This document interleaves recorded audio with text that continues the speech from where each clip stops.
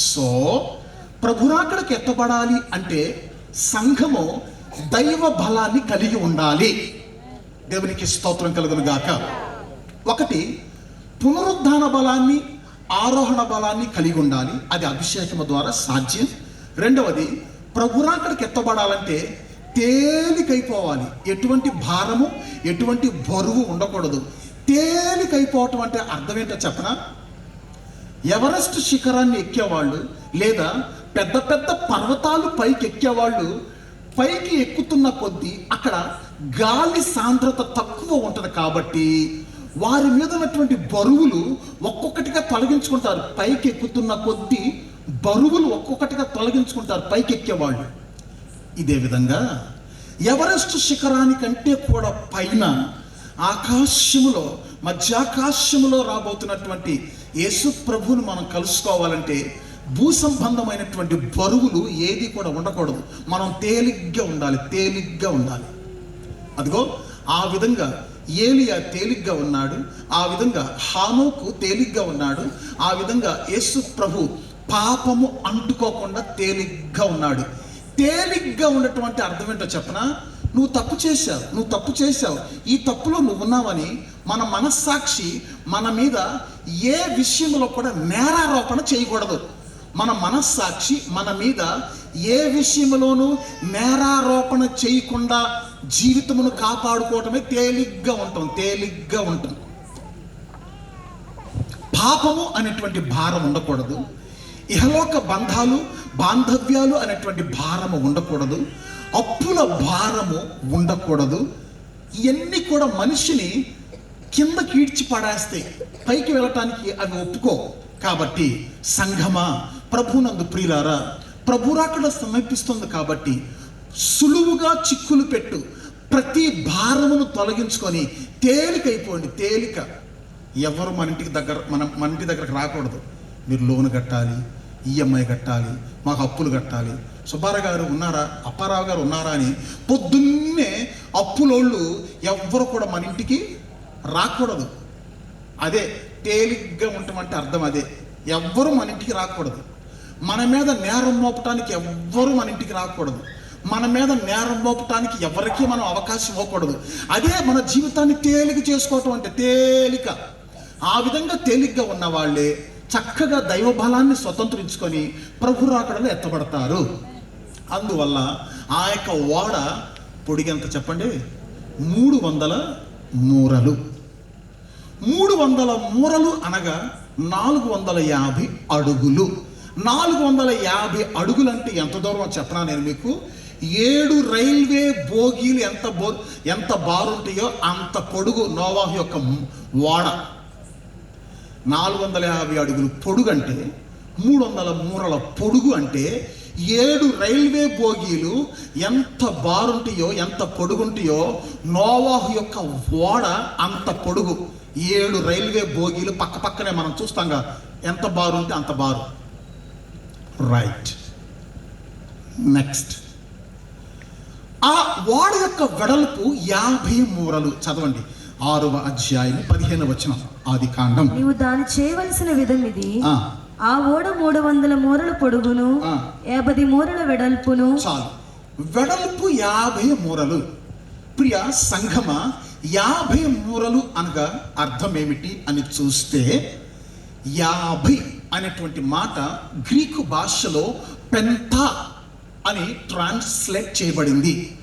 పెంటా అనగా 50 రూపాయలు. 50 రూపాయ అనగా హిందీలో, 50 రూపీస్ అనగా మనందరికీ తెలుసు ఇంగ్లీష్లో, 50 రూపాయలు అనగా తెలుగు. అట్లాగే గ్రీకు భాషలో పెంటా అనగా 50. చాలా జాగ్రత్తగా గమనించండి. 120 మంది పరిశుద్ధాత్మ కొరకు ఆ మేడ గదిలో కనిపెట్టారు. అపోస్తుల కార్యములు 1వ అధ్యాయం 15వ వచనం చదవండి. అపోస్తుల కార్యములు 1వ అధ్యాయం 15వ వచనం.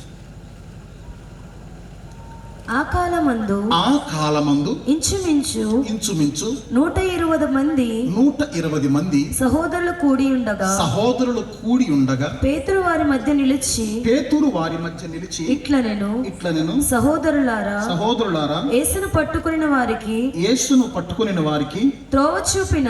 చాలు. ఇక్కడ మనం గమనించినట్లయితే ఆ యొక్క మేడగదిలో 120 మంది కనిపెట్టారు పరిశుద్ధాత్మ కొరకు.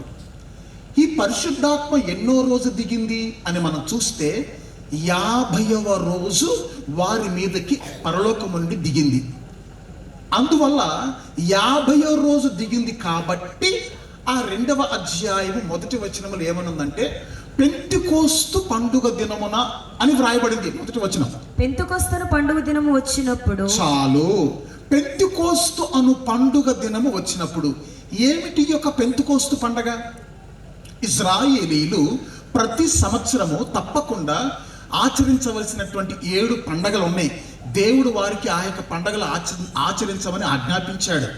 మొదటి పండుగ పస్కా పండుగ, 2వ పండుగ పులియని రొట్టెల పండుగ, 3వ పండుగ ప్రథమ ఫలముల పండుగ, 4వ పండుగ పెంతెకోస్తు పండుగ, 5వ పండుగ శృంగధ్వనుల పండుగ, 6వ పండుగ ప్రాయశ్చిత్తార్థ దినము, 7వ పండుగ పర్ణశాలల పండుగ. ఈ విధముగా 7 పండగల్లో 4వ పండుగ వారముల పండుగ అంటారు దీన్ని. పాత నిబంధనలో లేవీకాండం 23వ అధ్యాయంలో ఉంటే ఈ యొక్క డీటెయిల్స్ వారముల పండుగ అంటారు. మీరు 7 వారములు ఖచ్చితంగా లెక్క పెట్టాలి అంటాడు. 7 వారాలు. వారానికి మొదటి రోజు ఆదివారము, 7వ రోజు శనివారము. అట్లా 7 వారాలు లెక్క పెడుతుంటే 7 ఏళ్ళు ఎంత? 7 × 7 49. అంటే 49 రోజుల తర్వాత ఆ 120 మంది మీదకి పరిశుద్ధాత్మ వచ్చింది. అనగా 50వ రోజు. ఆ 50ని గ్రీకు భాషలో పెంతె లేదా పెంత అంటారు. ఎందుకు ఆ పెంతెకోస్తు అని వ్రాయబడిందంటే కొత్త నిబంధన గ్రీకు భాషలో నుంచి ట్రాన్స్లేట్ చేయబడింది, పాత నిబంధన హెబ్రీ భాషలో నుంచి ట్రాన్స్లేట్ చేయబడింది. దేవునికి స్తోత్రం కలుగును గాక. కాబట్టి 50 మూరలు అనగా అర్థం ఏంటంటే పరిశుద్ధాత్మ అనుభవము, ఎక్స్పీరియన్స్ ఆఫ్ హోలీ స్పిరిట్. అనగా సంఘము 50 మూరల వ్యవధిలోనే ఉండాలి, 50 మూరల మధ్యలోనే ఉండాలి సంఘం. ఇది మీకు అర్థం కావటం ఇంకో విషయం చెప్తా.